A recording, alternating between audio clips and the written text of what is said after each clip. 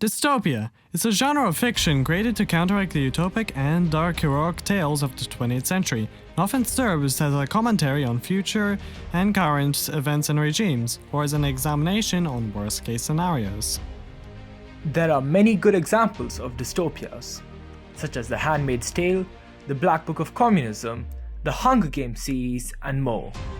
However, the four dystopian novels which have made the greatest impact on our society are 1984, Fahrenheit 451, A Clockwork Orange, and Brave New World.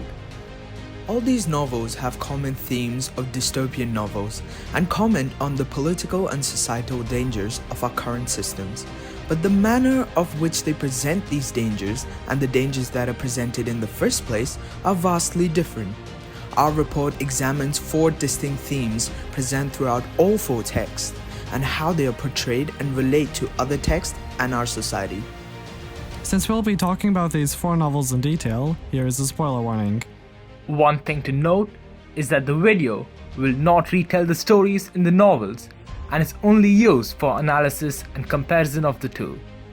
All the books are highly awarded and a great read, so we highly recommend you to read these books, whether for a project or just for fun. Another thing, we'll be discussing touchy subjects including torture, rape, and similar, so if you feel uncomfortable with these things, this video is not for you. A key theme in dystopian fiction which dominates most novels and movies is the surveillance of the greater population and how it affects one's opinions and personal decisions. A Clockwork Orange by Anthony Burgess utilizes this theme in a unique way. It goes against the norm of this theme by highlighting the lack of government surveillance, and whatever surveillance they do have is portrayed as meek and inferior. As a result of the lack of surveillance, there is little to stop people from acting in horrific ways, as shown by Alex's Droogs and other gangs. This is cleverly commented on within the book during our main protagonist's encounter with the depressed drunks, when the drunk cries out, "It's a stinking world because it lets the young get onto the old like you've done, and there's no law nor order no more." And after a brief commentary from Alex on how the place reeked of alcohol and beer, "It's no world for any old man any longer, and that means that I'm not one bit scared of you, my boyos, because I'm too drunk to feel the pain. If you hit me, and if you kill me, I'll be glad to be dead."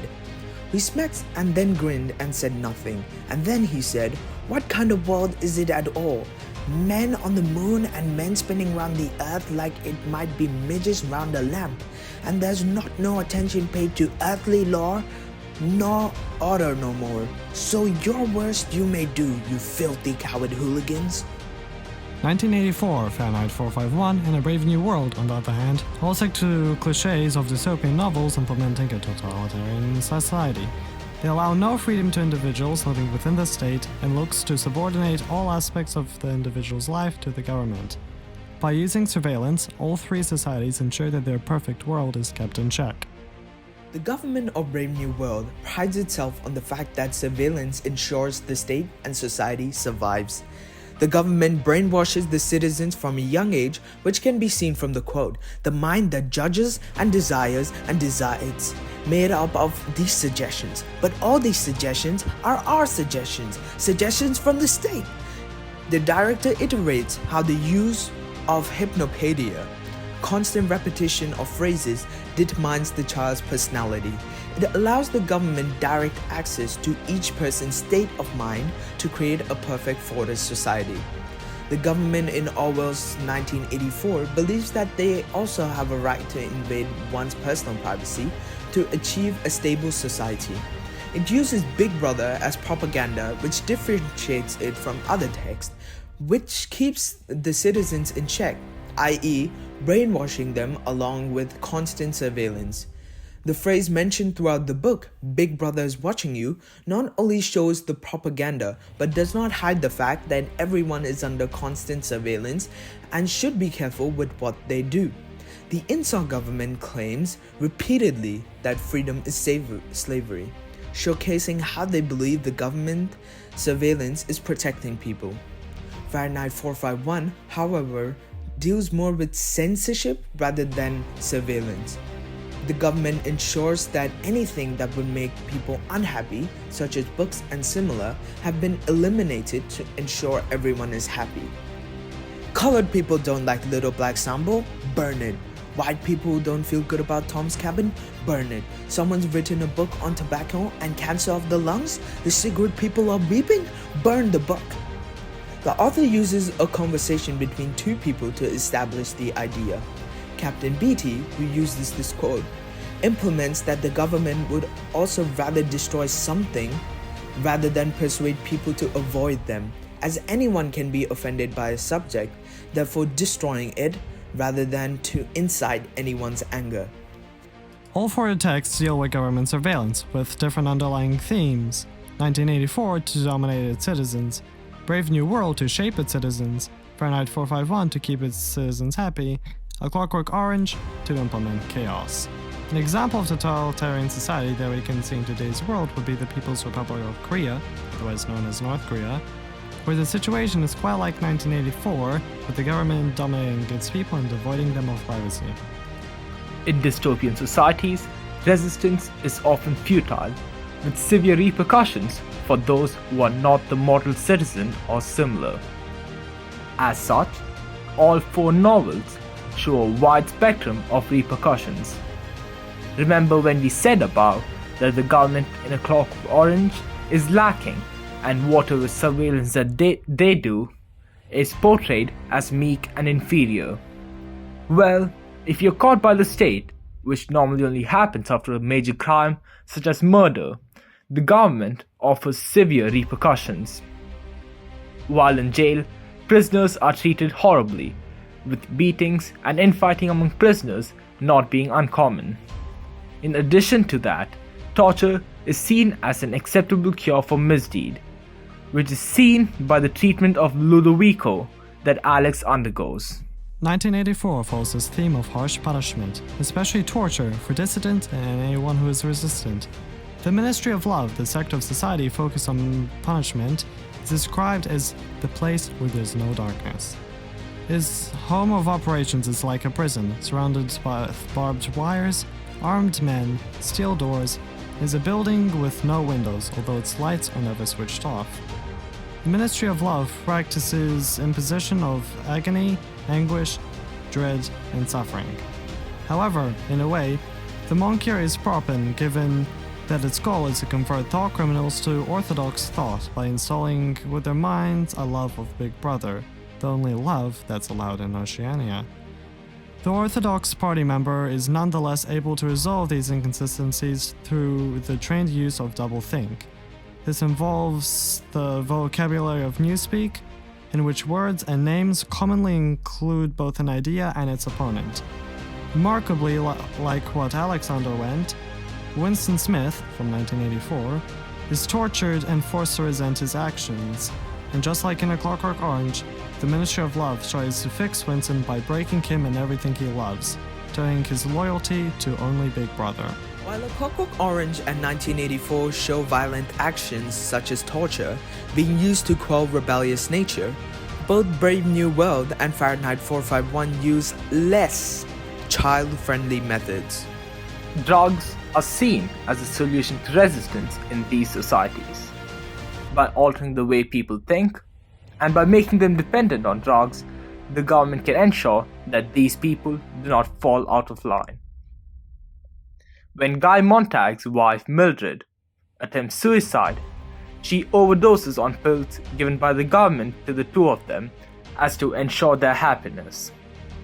This abuse of psychology is clear as Guy simultaneously describes the room he is in with his wife after her attempted suicide as not empty and indeed empty, a contradiction as his wife is technically in the room, but the drugs have taken away her feelings and thoughts.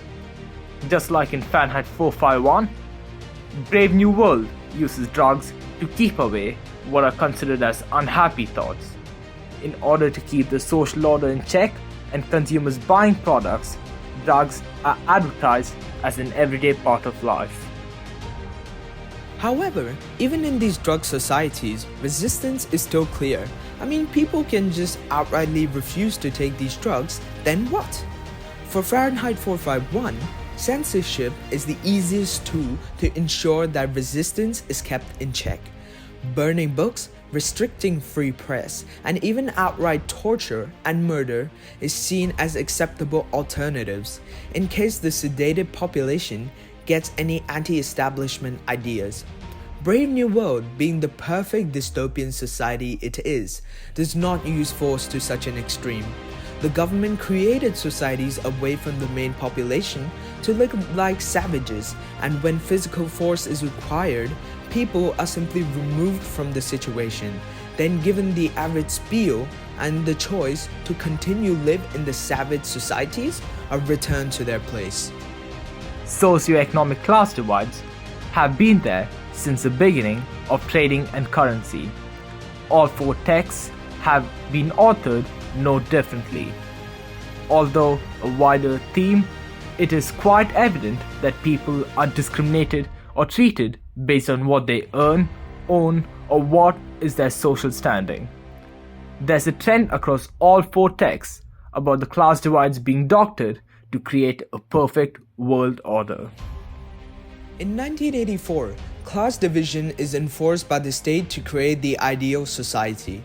As a result, poorer classes are less monitored by the state, while the middle or upper classes feel the most restrictions. This could be since lower classes are uneducated but still required in the system in an equal number. In addition to that, it is made in such a way that it is difficult to move up or down classes, so people stay in the same position. It is in the ranks of the party, and above all the inner party, that the true war enthusiasm is found. If human equality is to be forever averted, if the high, as we have called them, are to keep their places permanently, then the prevailing mental condition must be controlled insanity. This shows how the inner party in 1984 requires one to stay in their affixed positions and doctors the system by the author using controlled insanity to describe the twisted sense of loyalty to Big Brother being implemented in the citizens. This is similar to a Clockwork Orange because Alex and others are discriminated due to being poor. Rather than educating the lower classes, they're neglected completely. This is seen when Alex knocks on Le Mans and he meets the elderly couple. The woman does not open her door because she thinks Alex is a salesperson and calls him a slummy bedbug, and refers to herself as a real person. We can make out that this woman is of an upper class and disregards the lower class people as even human, which shows a neglection in the novel. In Brave New World, class division is rooted in the nature of society, as class division is seen as a perfect order. There's a clear divide as the society has been divided into 5 castes, like the caste systems that were once used in the Indian subcontinent. Though it is also quite like 1984, wherein each caste depends on each other to create the perfect world order. Everyone works for everyone else. We cannot do it without anyone. Even epsilons are useful. We could not do without epsilons. Everyone works for everyone else. We cannot do without anyone. In Fahrenheit 451, class division is not talked about much, as class is not seen as an important part of society. While there is a noticeable difference between how some people live, it is not a topic of debate or thought. The text stick to the status quo of the real world. We see that capitalist as well as socialist societies are manipulated to cater to a certain background. Although in modern world we preach equality, one is discriminated based on their socio-economic backgrounds. For example, schools today value money more than the talent of the person, and everything today works on connections. Both socialist and capitalist societies have experienced class divisions due to the nature of rule versus ruler interaction, as described by the Machiavellian theories of democracy and class rule, as analyzed by James Burnham's book, The Machiavellians, Defenders of Freedom.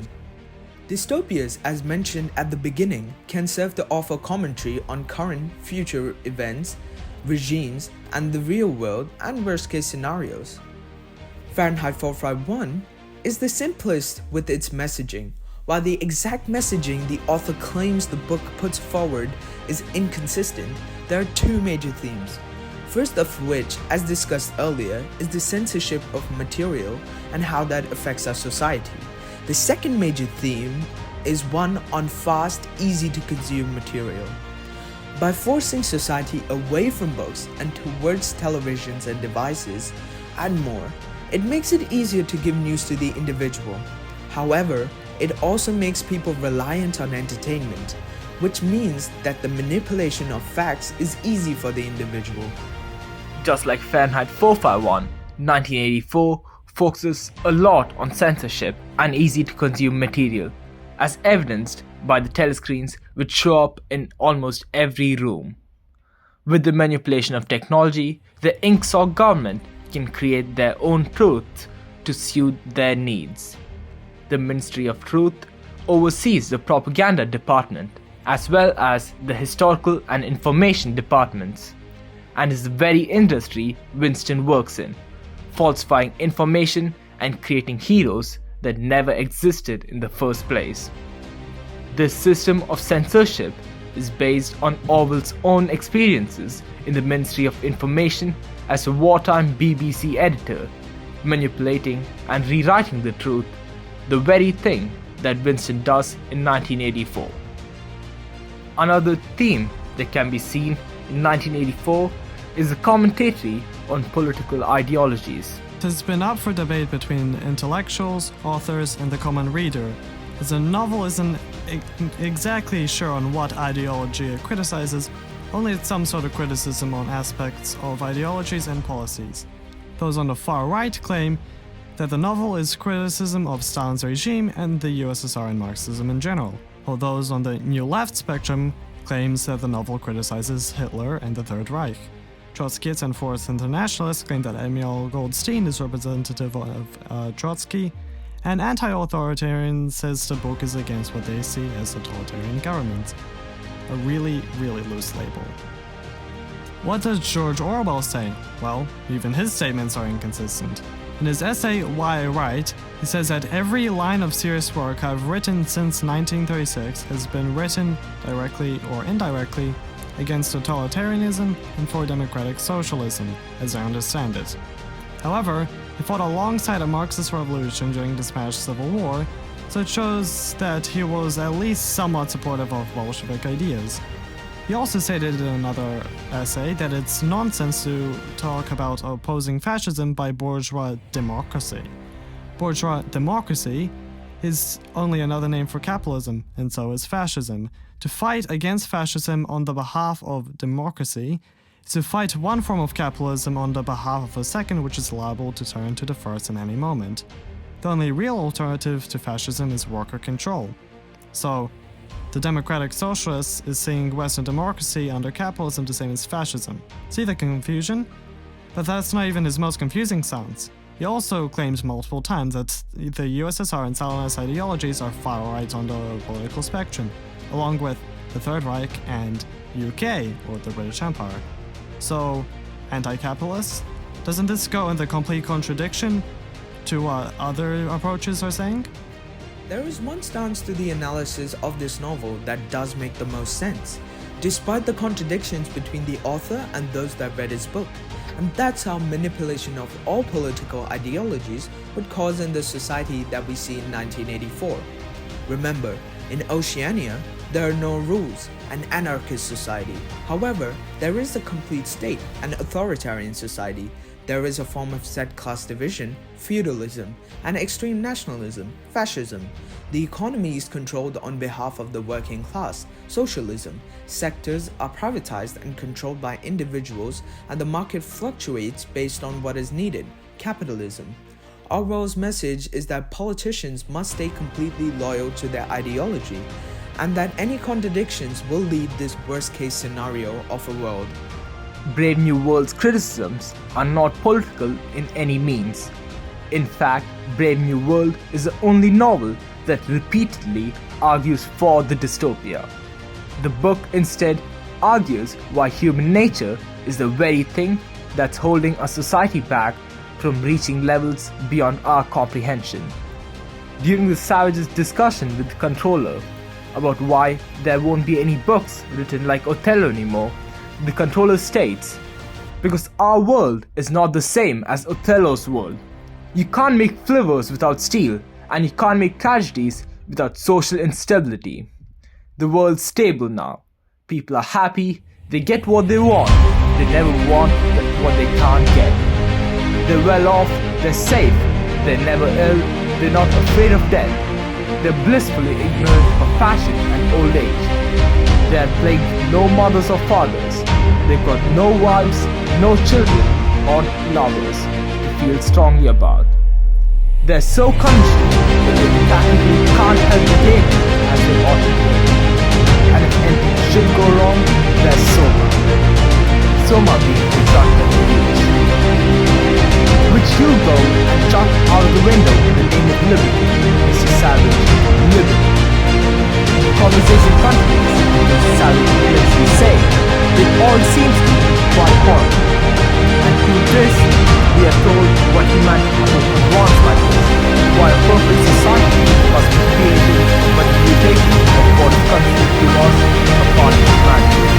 When the controller replies with, of course it does, actual happiness always looks squalid in comparison with the overcompensations for misery. And of course, stability isn't nearly so spectacular as instability. And being contented has none of the glamour of a good fight against misfortune, none of the picturesqueness of struggle, temptation, or fate overthrown by passion or doubt. Happiness is never grand.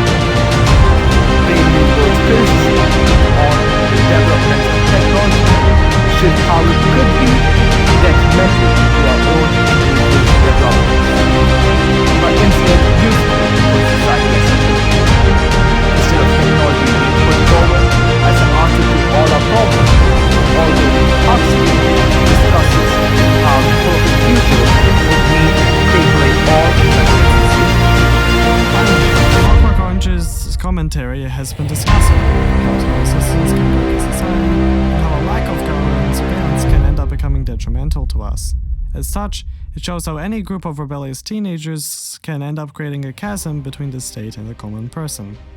In addition to that, the mistreatment of people in police custody is very apparent in our society and in many countries, but especially of that of America. Just like Alex's experiences in prison, US prisoners are subject to beating, harassment, and even in some cases torture. Gangs are prevalent within the US prison system, and there are reports that Anthony Burgess's involvement with CIA-operated mind control experiments were the base for the treatment that Alex undergoes in A Clockwork Orange. So much for the Defender of Freedom. There are also other minor themes which some, not all of the novels discuss. One example of this is the theme of language manipulation, as discussed in both 1984 and A Clockwork Orange. In both societies, language being the way that individuals communicate with one another is manipulated. In the society of 1984, Newspeak is used as the main language in Oceania, with the purpose of simplifying discussions and preventing any concepts such as free will, personal identity, and self-expression. It heavily simplifies grammar and restricts vocabulary, and used a staccato rhythm for pronunciation. In addition to that, prefixes and suffixes are added to words to emphasize the extent of something or to add meaning to a word. All the simplification of language helps ensure that the government in 1984 can censor any words they dislike and make unwanted ideas impossible to communicate. Language in A Clockwork Orange is not linked to censorship or control as it is in 1984, but instead related to socio-economic class divides. Alex's Drews, as well as other teens and people of similar status, use a language, or more accurately a fictional register or argot called Nadstat, which, like 1984, shortens the length of words to make language easier and quicker to communicate.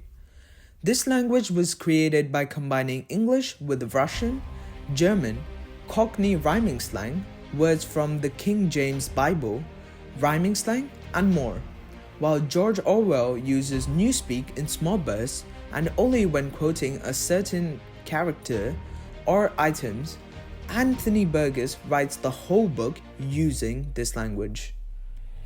The use of Russian, German, and other languages, including Arabian, to show the rebellious nature of teenagers and those who use this language as a popular case of defiance against a government or society, is to learn the languages and customs of another.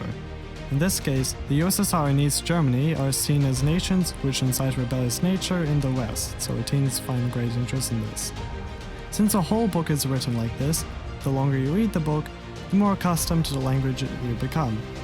However, the language also uses emphasis in a certain way, so that in the preliminary stages of the book, especially when it's difficult to read, the only events which are clear to understand are those of crime, especially the rape and ultra-violent scenes.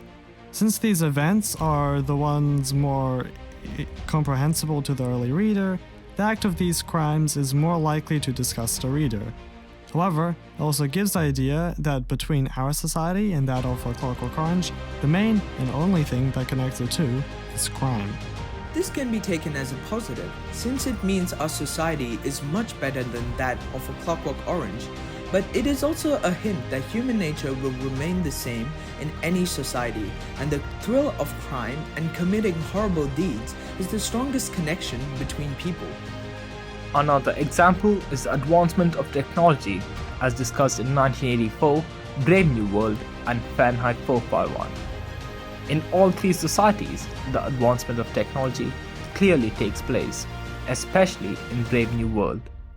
As explained earlier, the advancement of technology is a key point of Brave New World, since it explores the question of development and innovation and how it affects the society as a whole. However, unlike Brave New World's creation of modern technology for the sake of advancing humankind, both Fahrenheit 451 and 1984 explores what happens when governments only advance certain technologies. In 1984, the only technologies which are supported are the workhorse technologies, or technologies that develop propaganda even further, while Fahrenheit 451 examines the development of advertisement, easy-to-consume media, and similar. Unlike Brave New World, both novels show that these technological advancements hurt humanity rather than improve it, and constantly argue against these changes.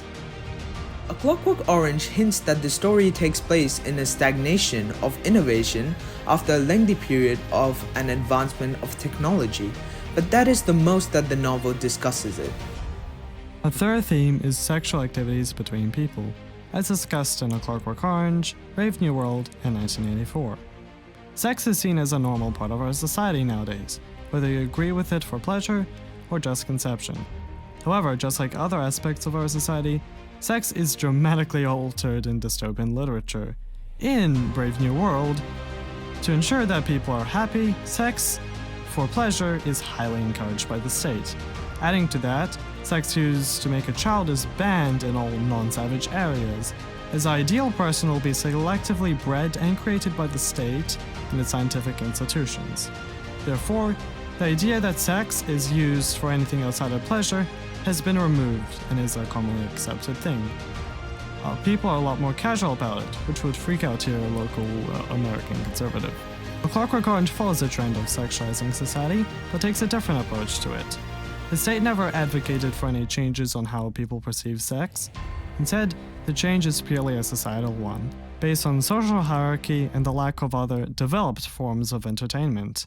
Within gangs, young girls are seen as trophies, and rape is a common occurrence, happening weekly or even daily in some cases. Before Alex's encounter with one of the opposing gangs, he talked about they'd probably just been doing the dirty Slova parts of the act before getting down to some lanky bit of ultra-violence. When they videoed us coming and they let go of this booing little pizza, there being plenty more where she came from, and she ran with her thin white legs flashing through the dark, still going, oh, oh, oh. In a simple English translation, the opposing gang was just terrorizing before they raped her, and when the opposing gang saw Alex's droogs coming, they finished up and let her go. The rest of society has also changed alongside the gangs. Art is almost completely sexualized, both classical and modern forms. One example of this is the Korova milk bar, where multiple mannequins are put in these sexualized positions and all art inside is of a similar nature. Another example is during Alex's raid of the Catwoman's house. The room which he finds her in is completely covered in the sexualized art, and Alex taunts about the art and him being in her home. Just like any good sport does, Alex beats the Catwoman on the head with a sculpture shaped like a male genitalia, including one blow to the head, which we later learn killed her. 1984 is on the complete opposite spectrum compared to A Clockwork Orange and Brave New World when it comes to sexual activities. Just like anything else, the use of sex outside the conception of a child is a sex crime, and as such is heavily punishable. In order to ensure that the party's vision of a perfect society is upheld, like with everything else, a secret police force is introduced to monitor people's sexual activities.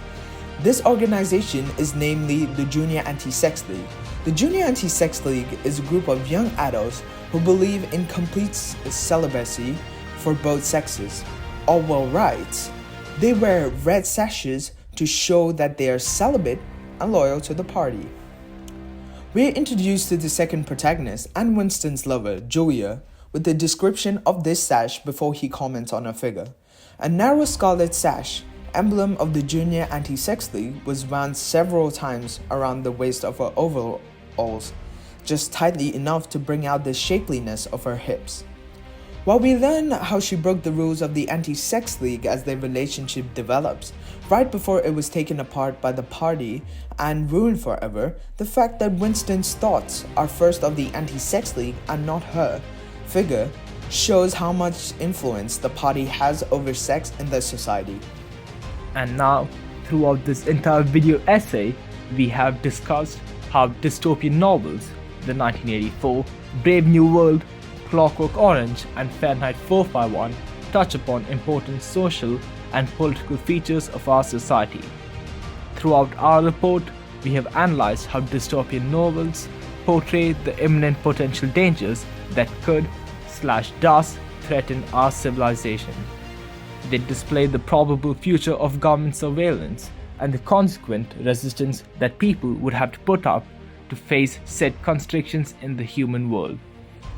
We have also analyzed the socio-economic class divides that are present in throughout the entirety of human civilization and links these dystopias to the real world. Finally, we have analyzed the development of technology, the use of futuristic language, and the effect of society on sexual activities throughout these novels.